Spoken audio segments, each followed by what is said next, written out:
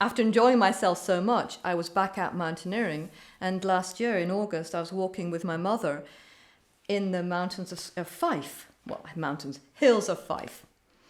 And a rural area, we went through a lovely forest, lots of nature and grass. I had full length trousers on and a long sleeve shirt. I'm very aware of not getting bitten again. 31 people out on the walk. It was a Ramblers that my mother had come along and joined the Ramblers thing. And for about 3 hours we walked. Lovely hot summer's day. I came back.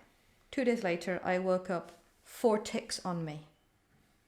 The little baby nymph ticks. I hadn't seen them. And the one was on my back of my hip here, one at the back of the knee, one on my chest, and one had actually caught here where my watch had knocked it off.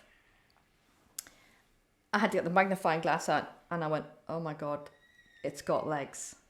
Straight to the doctors. My mother couldn't take them out. I couldn't reach them. He took them out and I have them in a vial. And interestingly enough, they're still alive 7 months later. So I thought, okay. Rockir was in India trekking with his family. What to do? Okay, I'll take the antibiotics. I'll give it a go. So I went to the doctor. The doctor said, yep, here you are. 8 days of antibiotics. That should crack it. If you get it with the first 1 or 2 days, just in case those ticks had Lyme.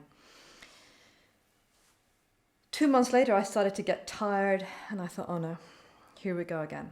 I had a very full schedule. I had a lot on my plate. I was back to teaching full-time, traveling internationally. I'm writing. My children's book, Trails Quest, had just come out, was being published.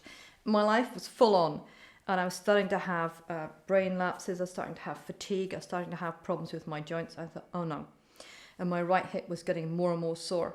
By January, I couldn't feel my right foot. It was numb. And my right hip was in agony and the pain running down my right leg. And I knew that that tick on my hip had carried Lyme. So I came back to Rockir and sure enough, a high Lyme count. And I went home. Unfortunately, my own coil machine had a capacitor had blown, had to wait a month for America to get it back. I came back again and it had increased dramatically. And I could feel it throughout my whole body to the point where I was in bed by 3 o'clock in the afternoon. I've now cancelled my year's work ahead of me because you don't mess around with it. And I'm now back here at the clinic for my 3rd intense 2-week visit. And already showing massive benefit. The Lyme count is coming down and I feel much more positive. My brain has switched on again. I can think and I can get back to writing my book.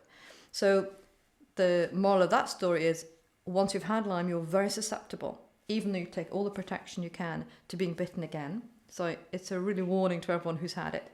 Secondly, in Britain, there's a lot of just coming out now saying there is Lyme, there is not Lyme in this area. Yes, we have Borrelia in the UK, caused and brought on by ticks. And the third one is you can't leave it. For me, antibiotics did not work. I had the strongest that the doctor could have given me. They didn't work. So I now know that when I first came here, I did the right decision because if I'd started on antibiotics 5 years ago, it would not have worked for me then, and it didn't work for me with this fresh new bite. So am I a convert? Totally, 1,000%.